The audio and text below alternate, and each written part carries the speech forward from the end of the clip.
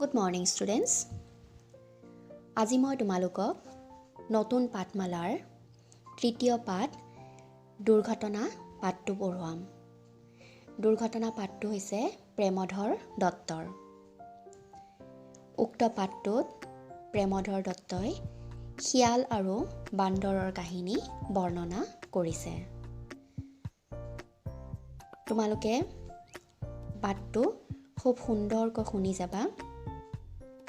পাঠৰ কাহিনী ভাগ অলপ হাঁহি উঠা আৰু লেখকে শেষৰ ফালে আৰু বেছিয়ে ৰহন সানি কাহিনীটো হাঁহি উঠা কৰিছে।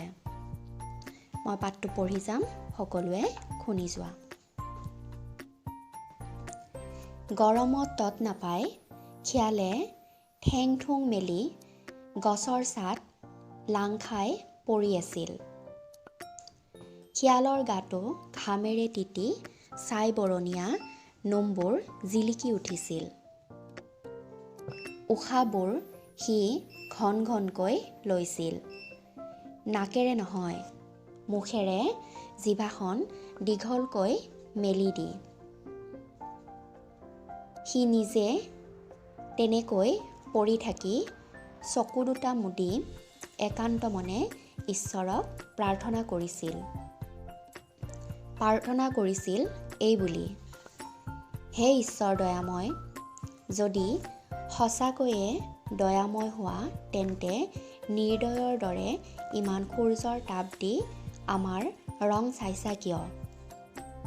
কাজিৰঙাখন সূৰ্যৰ তাপেৰে পুৰি ৰঙা কৰিব খুজিছা নেকি? খাল বিলবোৰ শুকাই তলি ওলাল, আজিলৈকে বৰষুণ এটোপাল নপৰিল। এই গৰমত গা জোৰ পেলাবলৈ বতাহ এচাতিও নবলা হ'ল। তুমি বিশ্ব ব্ৰহ্মাণ্ডৰ গৰাকী। তোমাৰ ইচ্ছামতেই জোন বেলি গ্ৰহ তৰা সকলো চলিছে।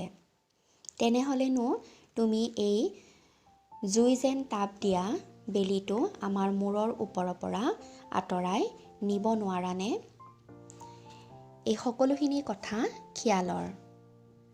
গৰমৰ দিনত গৰমত অতিষ্ঠ হৈ শিয়ালে এই কথাখিনি প্ৰভুক কৈছে, বিশ্ব ব্ৰহ্মাণ্ডৰ গৰাকী ঈশ্বৰক কৈছে। এনেকৈ প্ৰাৰ্থনা কৰি থাকোঁতে গছৰ ওপৰত পাতৰ জৰজৰণি শুনি শিয়ালে মূৰটো দাঙি চকু দুটা মেলি চাই দেখিলে সখীয়েক বান্দৰে গছৰ ডাল এটাত ওলোমা বাদুলি দি হেলো হেইছো খেলিছে। হেলো হেইছো মানে হৈছে বান্দৰে যিহেতু গছত বগাব পাৰে, গতিকে বান্দৰে জোলনা জোলা দি গছত জুলিছে। এৰা শিয়ালে নিজকে নিজে ক'লে, বান্দৰ সখীৰেই ভাল দিয়া। বতাহ নবলিলেও গছৰ ডালত এনেকৈ ওলমি হেলো হেইছো খেলি নিজে অলপ বতাহ লগাব পাৰে। কাৰণ বান্দৰে যেতিয়া তেনেকৈ জোলনা জোলা দি জুলিছে, বান্দৰৰ গাত নিশ্চয় বতাহ লাগিছে আৰু অলপ হ'লেও গা শাক পৰিছে। সেই দেখি শিয়ালে তেনেকৈ কৈছে। ময়ো যদি গছত উঠিব পাৰিলোহেঁতেন। বান্দৰৰ প্ৰতি শিয়ালৰ পেটে পেটে যেন অলপ হিংসাই উপজিল। শিয়ালে চকু দুটা মুদি মূৰটো আকৌ পেলালে। এশ বুদ্ধি থকা টেঙৰ শিয়ালৰ মূৰত হঠাতে এটা বুদ্ধি খেলালে।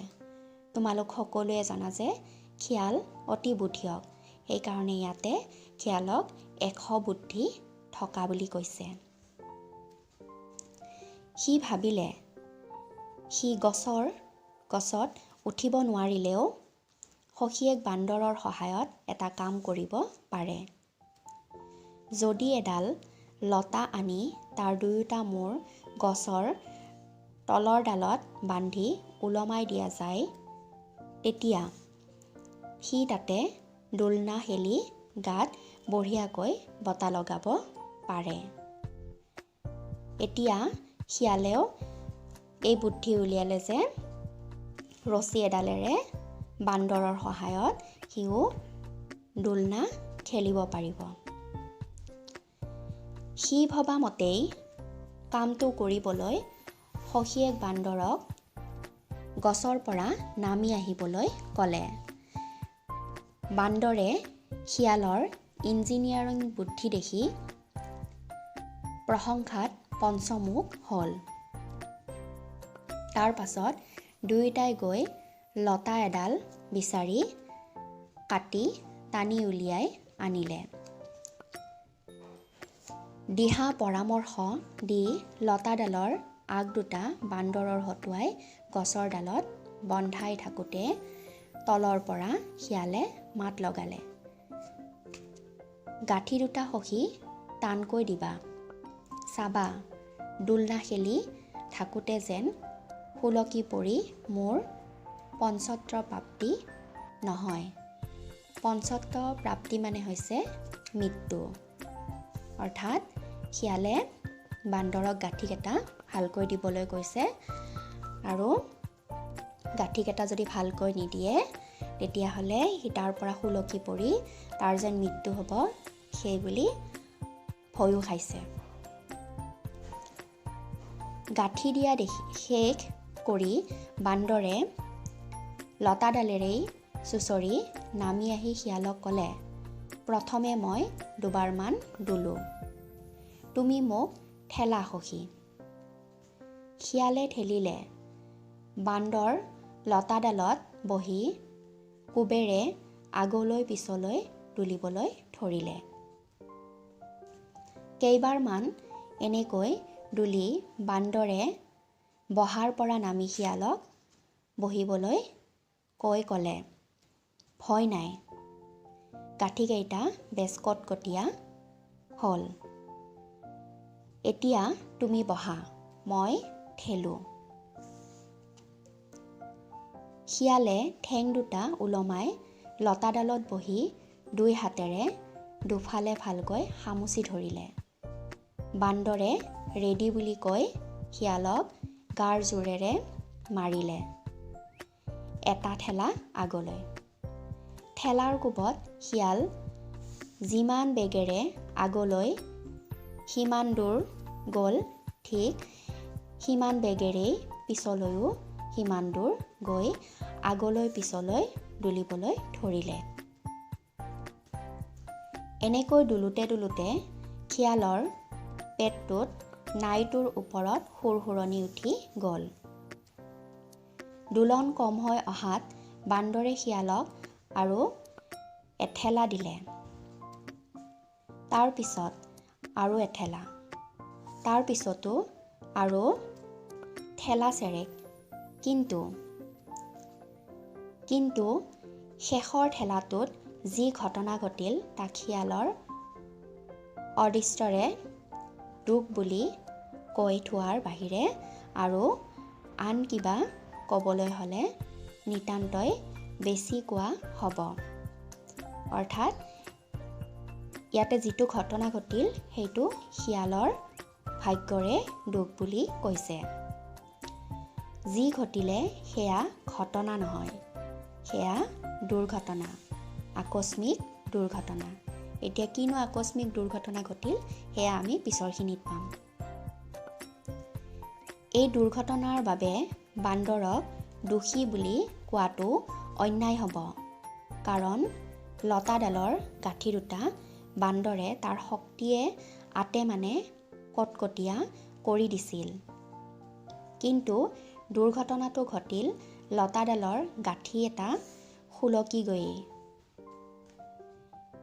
কেঁচাডালত বহি সিহঁত যেতিয়া দুলিবলৈ ধৰিলে তেতিয়া তাৰ গাঁঠি দুটা স্বাভাৱিকতে আৰু আঁট খালে।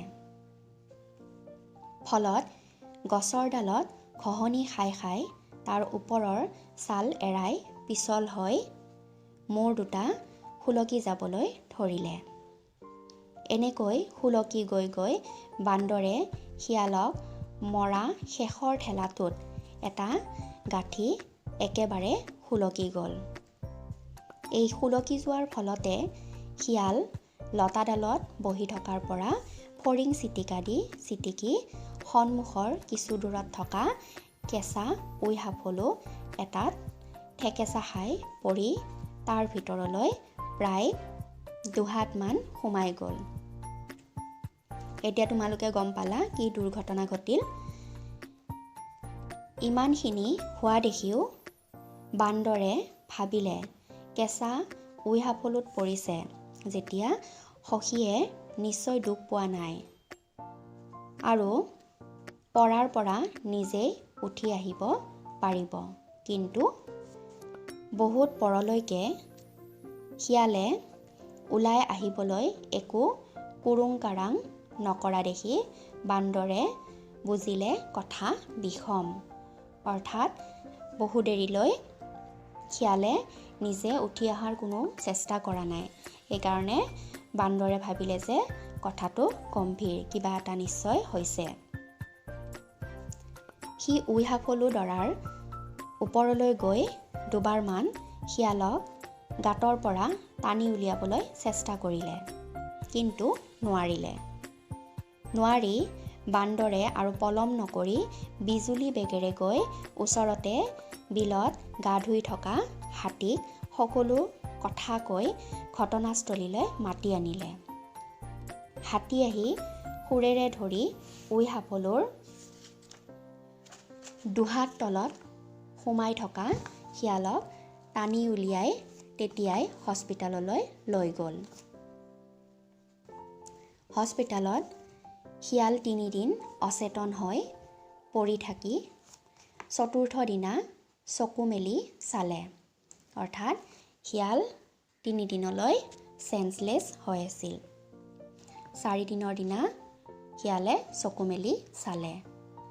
আজি হস্পিটালৰ বৰ ডাক্তৰ ভালুক চন্দ্ৰ ভৰালী MBBSে প্ৰকাশ কৰা এখন বুলেটিনৰ পৰা জনা গৈছে যে শিয়ালৰ অৱস্থা এতিয়া যথেষ্ট সন্তোষজনক।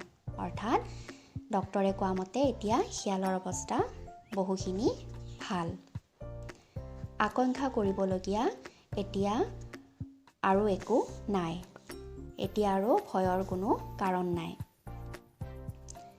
এই অপদীয়া আকস্মিক দুৰ্ঘটনাটোৰ খবৰ বনজুইৰ দৰে নিমিষতে কাজিৰঙাত বিয়পি পৰাত শিয়ালক সমবেদনা জনাবলৈ অহা শুভাকাংক্ষী পশু পক্ষীবিলাকৰ লেঠাৰি নিচিঙা ধাৰ হস্পিটেললৈ আজিও বৈ আছে।